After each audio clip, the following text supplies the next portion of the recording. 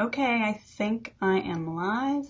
I just want to look at the timer up there. Sometimes or the first time I tried this, it kicked me off at, looks like it's going to go. So my name is Beth Phillips, and I publish the website pahomesschoollaw.com. It's a site that just has some information on it about how to file and how to comply with the Pennsylvania homeschool law. The other resource that you might be interested in, and you can get it on that site, I think there's a link to it on the sidebar, it's an ebook I wrote in 2013 or 14, and it has sort of step-by-step guidance, basic information. If you get it through the website, you'll get a PDF, or it's also on Amazon if you would prefer it for your Kindle. But it's called Homeschooling in Pennsylvania, How to Comply with the Law in 8 Easy Steps. And the reason I wrote it is I know that when I researched homeschooling, I also referred to the Ask Pauline page that has a lot of information. But what I found, and I think it's true for my site as well, is you find yourself clicking around and you're not sure what to do first. So I thought the ebook format would kind of lend itself to a step-by-step progression. So that's why I published it. But I also then, after I decided to publish the book, I thought, well, all this information is available for free. I should have a companion website where people can still get the information for free. It's just not as a convenient form. Then the other suggestion I want to make is, if you're a beginner homeschooler, or if you're considering homeschooling in Pennsylvania, whether you're deciding to withdraw a child, or your son or daughter hasn't reached compulsory attendance age yet, I really suggest, and a lot of people overlook this, but on the Pennsylvania Homeschool Support group page, at the very top, Lisa has a post pinned, so it's always there. And you should read that first, because it's really good basic information, and it might answer most of your questions, at least your initial, how do I go about this? But I thought, I haven't done one of these for a while, so I thought I would come on and answer some basic questions. I really encourage you, because I think I can see them on the screen. If you have a question, I'm going to move this over here because I think they come up on the left-hand side, my left. You're right. I'm not sure. But I think if you type a question in the comments, I should be able to see it on my screen. Or you can leave a question in the comments if you're not seeing this live, and I'll try to get back to you, or maybe I'll do another one and answer those questions, because this is a really easy way. It's sort of efficient for me. It takes a little bit less time to talk about something than to write about it. So that's my suggestion if you're not catching this live. Hi, Jeanette. How are you? So first I thought I would answer a couple of the questions. The problem with Facebook is that the questions get buried so fast, so I can see why if somebody asked a question, the same question that you have 2 days before or a week before, you don't get the benefit of those answers. So I didn't scroll back too far, but I did remember that it seemed like there were some basic questions that were asked in the Pennsylvania Homeschool Support Group today. So I will try to address them. Let me see. I'm not going to remember who wrote this, but somebody asked a question. She has a soon-to-be kindergartner who, in her view, is working at a second grade level. And And she's wondering whether she should register. And I think the question is, if she's considering homeschooling, should she register now and then just go through the process of calling the school later? And I don't know if her question is also, should I homeschool? Can I accommodate my advanced student? So that's kind of two different questions, and I think that's what she was asking. So let me address the first question. If you're pretty sure, or even if you're not sure that you want to homeschool, I would hold off registering. They'll take your son or daughter, I'm not sure if it's a boy or a girl, anytime. The day before school starts, the day after school starts. It's good for them to have an idea of numbers for hiring and prep. So I understand that, but they're not going to deprive, they're not going to reject you. You can register anytime. And rather than registering now, I would just call whoever and say that you're considering homeschooling, that you'll be in touch if you decide to enroll your student. Okay. And there wouldn't be any problem just canceling that. If you register today, for example, and you decide to homeschool, unless your student attends the public school, you're not obligated to file an affidavit until he or she turns 8 years old. So, and one of the problems is that school administrators may not know that, so you might have to do some explaining, you might have to walk them through, you might have to educate them. So that's a reason that I'm suggesting that you don't register right now, and just think about it. Just hold off on doing that and take some time to look into the different forms of homeschooling. Okay, Jeanette has a question. Science, do you have to pick a specific one for each year? Okay, so the question is, for high school, when it said science, so yeah, you need 3 credits of science between grades 9 and 12. Do you have to pick a specific one for each year, or can you pick any as long as it's a science class, the same with other classes? No, you can. No, you don't have to even identify in your objectives how you're going to satisfy that year of science. It doesn't have to be a traditional science, similar to ones that are offered in public school. And again, that's for their convenience. So, and to prepare students for what might be required in college.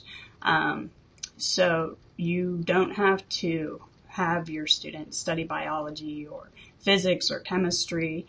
Those are just traditional. You can you can design your own form of science study, and it can be all of those things, none of those things in a single year, and it doesn't necessarily have to be identified specifically on the objectives. As far as identifying, or I would say defining the science yourself, that's fine. And the question is just as long as your evaluator understands how you satisfied that requirement. If you two are on the same page, then that's not a problem. It can be, you can be super creative in defining what science is, and I think the biggest consideration is what your student intends to do after high school. So, and that your evaluator, you and your evaluator are on the same page. The evaluator for the last year who's going to sign the diploma that you print from the Pennsylvania Department of Education website. So hopefully that answers your question. Okay, so I shouldn't have interrupted myself, but I did want to get to that question because I don't know if they moved down.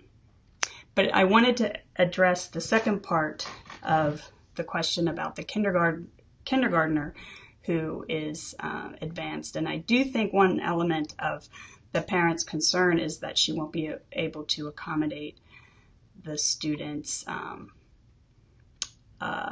level of study. Oh, you're welcome, Jeanette. So first you have to ask yourself,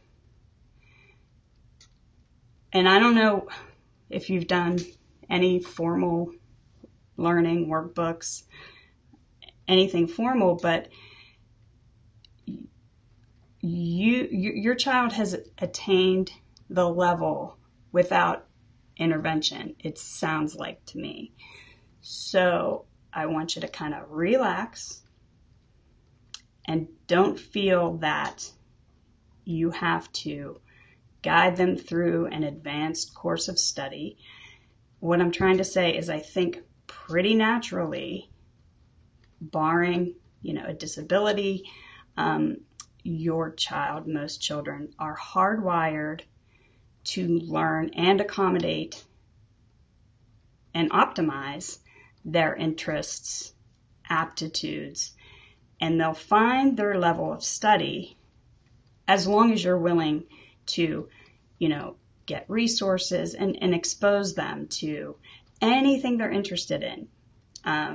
It's really so easy with the library and the internet, podcasts, YouTube. And I know a lot of people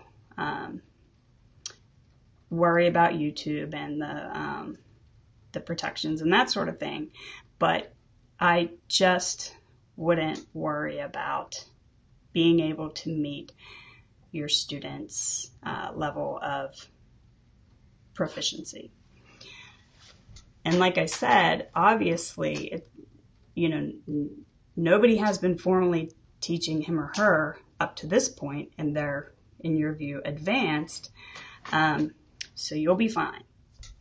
Secondly, I really think that if you enroll him or her, gosh, I wish I knew if it was a boy or a girl, but anyway, let's say it's a boy. I'm just going to say he might be bored because they're not usually public schools typically aren't equipped to accommodate kids who are advanced. It's unlikely that they're going to put them in a class that is, a higher grade level, and you might have the problem of your son, gosh, I hate saying just son, your daughter, whichever, being really bored and learning and losing a natural love of learning. So that's a really big consideration for you. You might have mentioned also that you work, but I still think that you can educate your children at home in a condensed schedule to fit your needs, to fit your work schedule. It's super efficient, and it can work great. I really, really, really wouldn't worry about whether you can meet the academic level, because you can.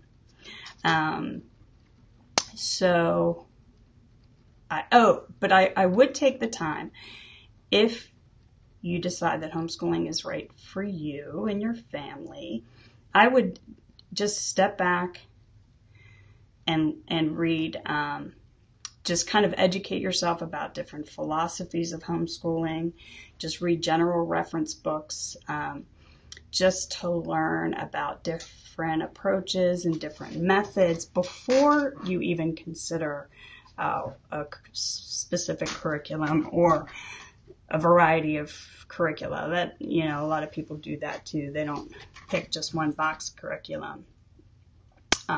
They just pull from different resources that appeal to them or appeal to their children. So hopefully that answers the full question about whether to register, even if you think you're going to homeschool later. I wouldn't register right now. You can always register at the beginning of the school year, closer to the beginning of the school year. And second, whether you can accommodate your child's learning aptitude, you can. I guarantee it. Let me see. There was another question that was asked, I think, today. Okay. Oh, yeah. This was somebody who has a child who's turning 8 soon and was wondering whether she should ask the school district how to proceed. She's overwhelmed. This is why I jumped on, and I'll go over some of the basics, how to what you need to file, where to find what you need,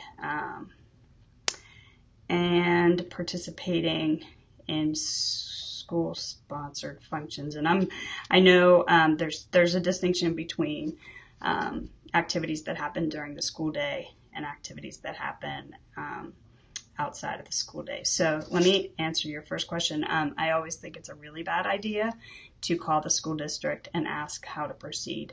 Most don't really understand the procedure. Some you might get lucky and somebody knows exactly what you need to do, but you can find everything you need. Number one, at the top of the Pennsylvania Homeschool Support Group, that pinned post that Lisa has pinned. You can go to pahomeschool.com and just do a basic search for Affidavit.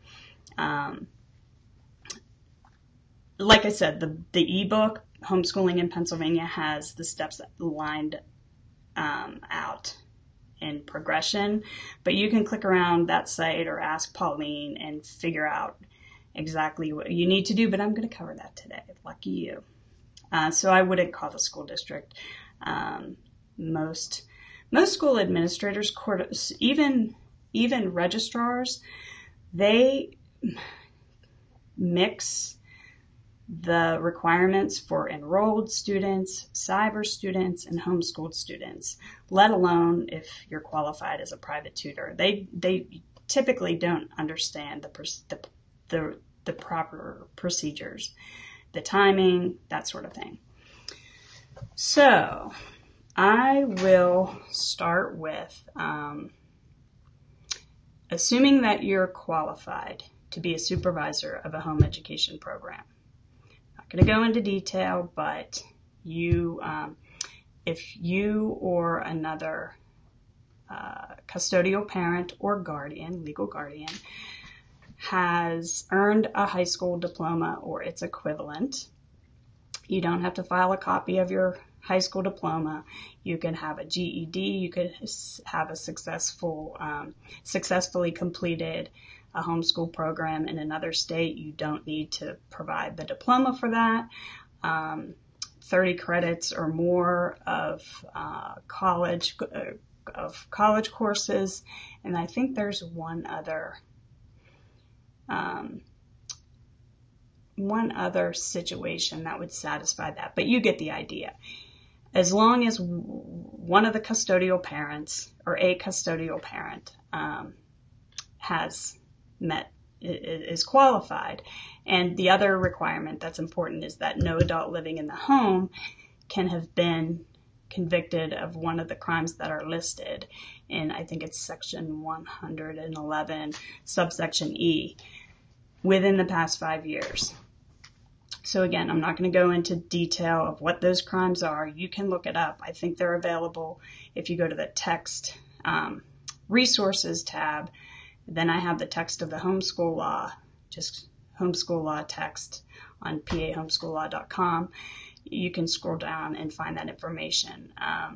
So anyway, assuming you're qualified or somebody is qualified as a supervisor, you fill out an affidavit, which again can be found on pahomeschool.com. Click on forms, and it requires an email. So those forms will be sent to your email address. Feel free to unsubscribe. You don't have to stay on the mailing list to get the forms, but you'll get an affidavit, and included in that packet is sample objectives for both the primary level and the secondary level. So anyway, let's talk about the affidavit first. The form that I have available on the website includes the elements that are required under Pennsylvania homeschool law, and only the elements. There's no, I've seen 2- and 3-page forms that list and identify each of the immunizations required by law, each of the crimes that are listed in Section 111. But it's just a lot of extraneous information that the law doesn't require for an affidavit.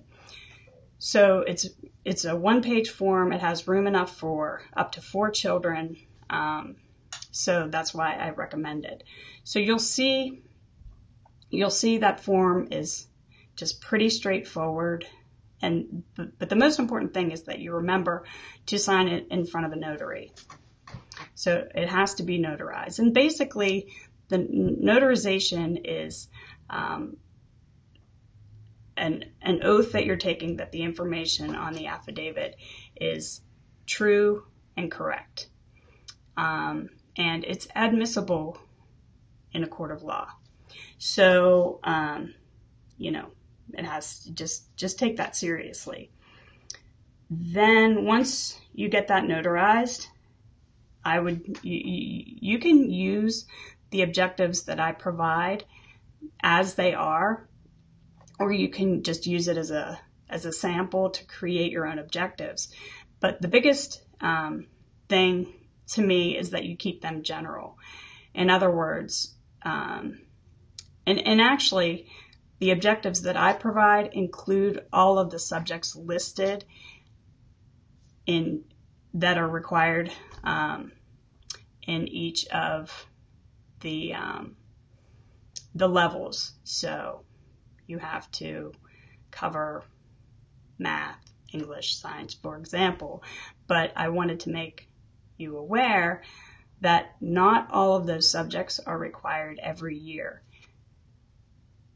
They each have to be covered at least once during that time period. So between grades 2 or 3 and 6, you have to cover each of those subjects once. And then again, between grades 7 and 12, which is the secondary level, you just have to make sure that each of those subjects are covered once. So I keep my objectives really general. So I might say improve computation skills for math, or cover subjects as interested for science, cover topics as interested, super general. And what I was going to say is that the sample objectives I offer do include all the subjects listed, or most of them. But you don't even, say you want to only cover 4 subjects for this year. That's perfectly acceptable. The only thing you have to cover every year is fire safety.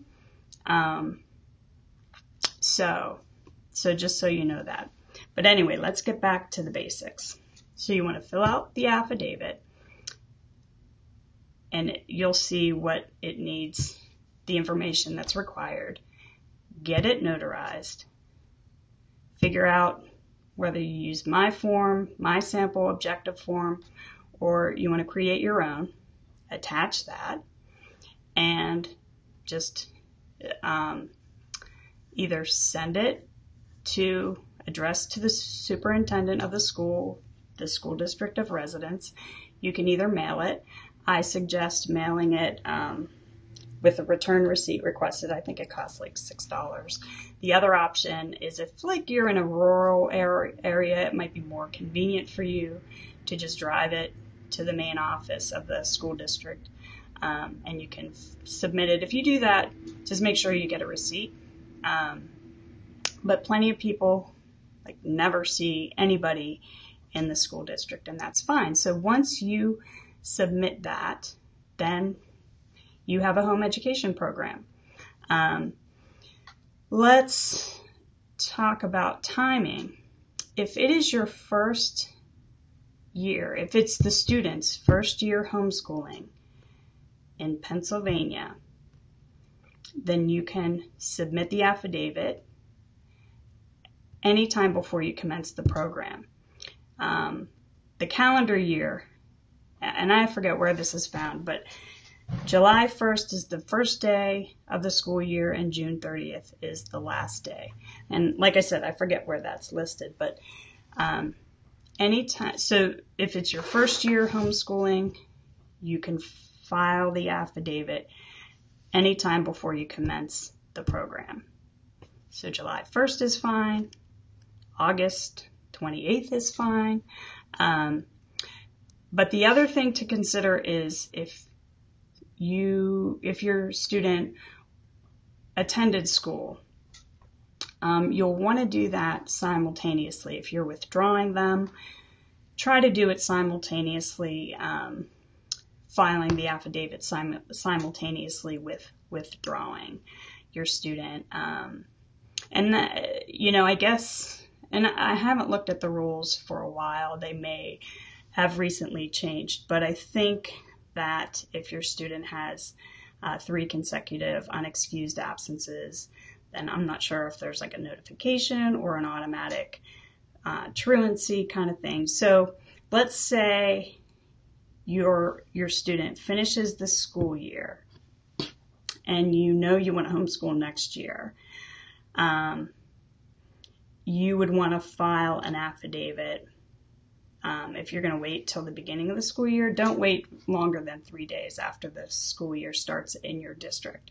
And the Pennsylvania homeschool law doesn't require a withdrawal process, but the school probably does. So, I would go through that process, and it's usually just a piece of paper that you're acknowledging that you're homeschooling. So, and that just avoids confusion. You don't have somebody looking for your child and calling that they're absent or whatever.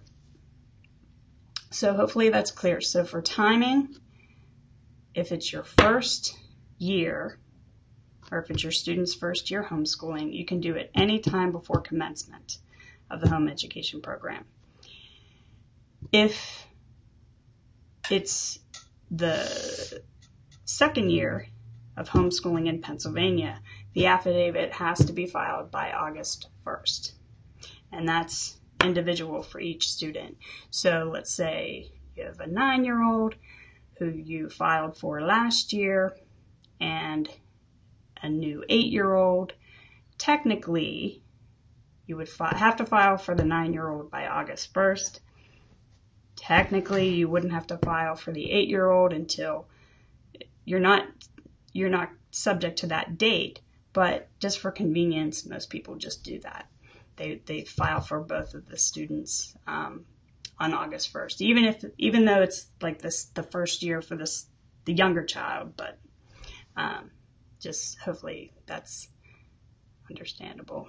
I know I didn't make it that clear. Okay, so we covered the affidavit, we covered the proposed list of objectives. Okay, so you'll notice in the affidavit form that I provide, there's a statement that the health services required have been obtained or you maintain an objection. Okay, this gets sticky. So if you maintain a religious or moral objection to immunizations or health services, or you have a health exemption from immunizations, that needs to be in writing somewhere. Okay. I maintain that the statement in the affidavit satisfies that requirement. And if you look closely at the provision for affidavits, there's a statement right in the paragraph, right in the law, that says that the home education program shall comply with the provisions of this section, and the affidavit is sufficient evidence thereof. Okay, so that's why I rely on it or arguably, it satisfies the requirement whether you maintain an exemption or even if you don't, you're stating in that affidavit that the health services requirements have been obtained and a record is on file, which is what the law requires. Okay, so the problem is, so then the question comes up, do I have to attach the immunization record? That inevitably that question comes up all the time. Or do I have to file my written statement that I maintain a religious and moral objection or a health exemption? So if it's a health exemption, well, that's the thing. I mean, it depends, I think, on how much pushback you're going to get. Some people successfully point to that statement in the affidavit and say, that's my proof, one way or the other. So the problem is that school boards are under an obligation, a legal obligation, to report data on immunizations. And that regulation or law also applies to home educated students. All right. So there's a conflict, there's a tension between two laws. And as you proceed, now some people still successfully say, we have, satisfied this requirement, the statement is in the affidavit, and the school district leaves them alone.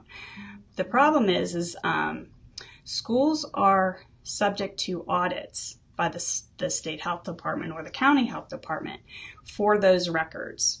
And to the extent that there isn't a record for your student, that could leave the school subject to a fine or, some other legal action. So until this tension is resolved, I'm suggesting for people to, number one, rely initially on the statement in the affidavit about the health services. Now, nothing in the law requires you to file medical records. It's just a record of immunizations if you don't maintain an exemption. Okay, so that's the first line. I'm suggesting that you rely on that language in the affidavit. If the school administrators keep pushing and want proof of it, you're going to have to decide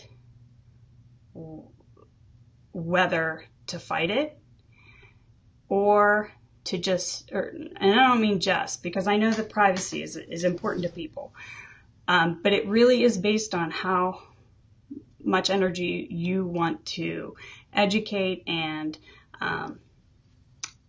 stand your ground. So that's going to vary from person to person. It's probably going to vary based on your confidence that you understand the provisions of each law. And there might even be a provision that anybody who gets in I don't know what the word is, makes it so the school can't comply, can be fined. So I would just look at that language closely if you're deciding to maintain your exemption or deciding not to file proof of immunizations to accompany the affidavit and the proposed list of objectives. And I know that that's sort of an indefinite answer, but because of the tension in the law, I don't know how else to answer it. It's either going to be resolved by legislation. I doubt case law. That's just, that's a lot of money and time to spend on that issue. So, and I don't blame anybody for not wanting to resolve that in a case situation. So anyway, I just wanted to address that because it comes up all the time. I'm going to look at this question. My eyes are terrible. If homeschooling from day one, you don't need to file until your child turns 8, correct? That is correct, unless you live in the Philadelphia school district. if you live in the Philadelphia school district, I don't mean Greater Philadelphia, but if you reside within the school district, the compulsory attendance age is 6, but you just need to notify the superintendent when your child turns 6. Send a letter that says your child turned 6 and that you intend to homeschool when they turn 8, and you'll file the affidavit at that time. So far, all that's required is just a true notice of intent in the Philadelphia School District. Let me get to the second part of this question. Okay, so your child turns 8. For my daughter, that would be her 2nd grade year. Is that right? That's up to you. That's fine. If you think she's 2nd grade level, that's up to you. I mean, that comes into play with the testing requirements. So standardized tests, which I covered, and Patty Stout helped me cover information about the testing requirements in grades 3, 5, and 8, but the parent determines the grade level. I caution people all the time, just don't designate a grade level to avoid the testing requirement. That's not right. So if you're saying she's a 2nd grader this year, that's fine. Just don't say she's a 4th grader next year. Does that make sense? So hopefully that answers the question. Okay, so I talked about the affidavit. Keep it simple and really straightforward. I talked about you have to attach the proposed list of objectives. Again, keep that super general. I wouldn't identify resources or the curriculum you're going to use, partly because it's not required and partly because you may change your mind.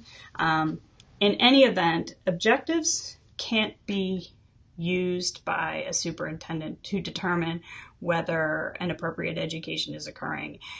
And at no point can it be used, those papers the regulations specifically prohibit the school district from disapproving of your program. As long as you're legally qualified and do it in a timely manner, there's nobody can stop you from having a home education program.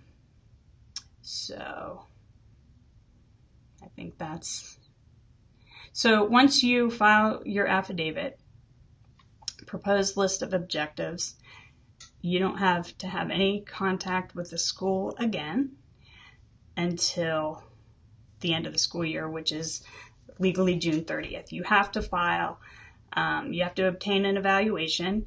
So you'll find an evaluator who's qualified, and I can talk about that in another Facebook Live. They have to interview your student, but they can do so in person. You can do it at a distance. There are some people that's getting more popular to do a distance evaluation, but they have to talk to your child. You can even do it over the phone. So once you get your portfolio together, and again, I'll talk about that in a separate Facebook Live if it'll be helpful. So at the end of the year, you get your samples together for your portfolio and the other elements of the portfolio.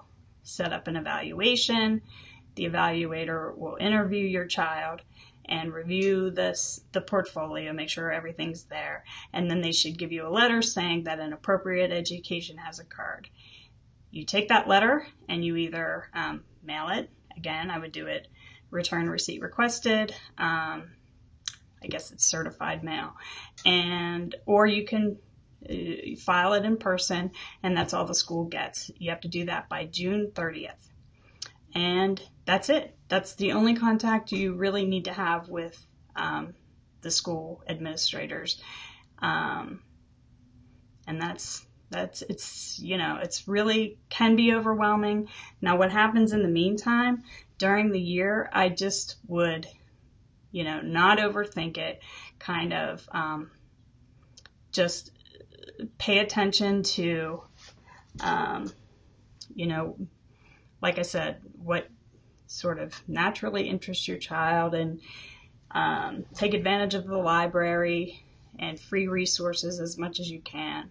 The Pennsylvania Homeschool Support Group is such a great resource for getting ideas. And really, that's it. Hopefully, you're not still feeling overwhelmed. Now, let's see if there are any other questions.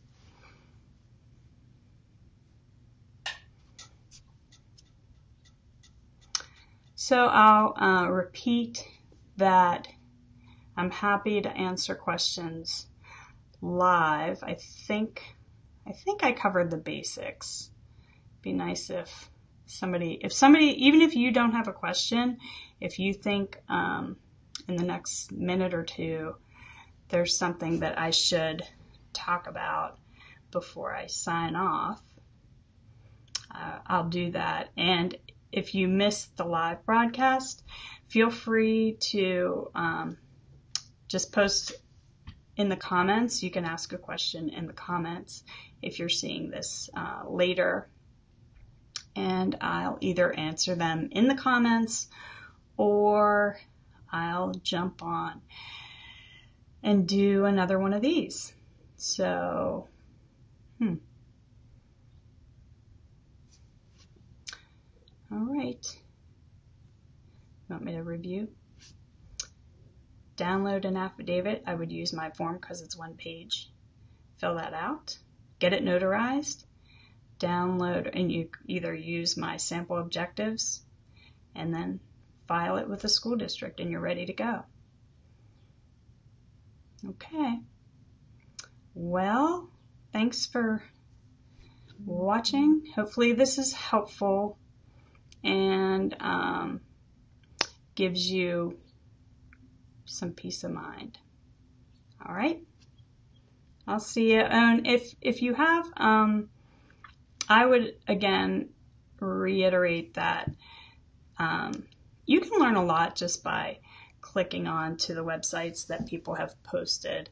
Ask Pauline page has all the information you need. The PA Homeschool Law website, pahomeschoollaw.com, is the one that I publish. And I think, I'm going to say, maybe not, but you should be able to find everything you need in the search bar. At the top of the page, there's a little magnifying glass. You guys know what a search tool is. And there are probably a few articles on any topic that you can, that you have questions about. If you want more of a step-by-step outline, then I would buy the Homeschooling in Pennsylvania ebook. It's like $4, $5, something like that, whether you get it on Amazon or from my site. So that should help you. Okay, well, have a good weekend. We're getting pounded with rain, and I've been dealing with water in my basement for a few days, probably from the downspouts. But stay dry, and spring is almost here. And thanks for joining me. Oh, wait. Okay, here's another question. How about if your child has some immunization, but you decide you don't want to do immunizations? How does that work? Then you can still maintain a religious or moral objection, or if it's a health concern. You can change your mind about immunizations halfway through a course. So just say you maintain an exemption. If they persist on your proof of that, then there is a form, and I'll try to post a link to that. In fact, if I can remember, I'll post a link to, my forms in the comments here. But there is a health department form that on the flip side has you fill in your it's for an exemption. So you could file that, or if you don't want to file it initially and the school administrators persist, then you can just do it after you file your affidavit and your proposed list of objections. And I don't think that there's any reason that they would know that your child had some immunizations and not others. So that's up to you how what information you want to give about that. So, and I do want to mention here that don't say you have an exemption if you don't. If you don't have a religious or moral objection to immunizations, please don't assert one. And similar with a health exemption, well, you can't assert a health exemption without a doctor's note anyway. But, I know some people have asserted an objection based on, or an exemption based on, their belief that it's just none of the school's business. While I agree with that, it's not supported by the law. That the law wouldn't be interpreted in your favor in that regard. So hopefully that's clear. All right. Well, I hope I covered just the basics. I know there are other issues that you probably, or questions that you have about just the homeschool law in general, but hopefully that covered the basics enough to get people started if they want to. Okay, well, have a good weekend, and thanks for the questions.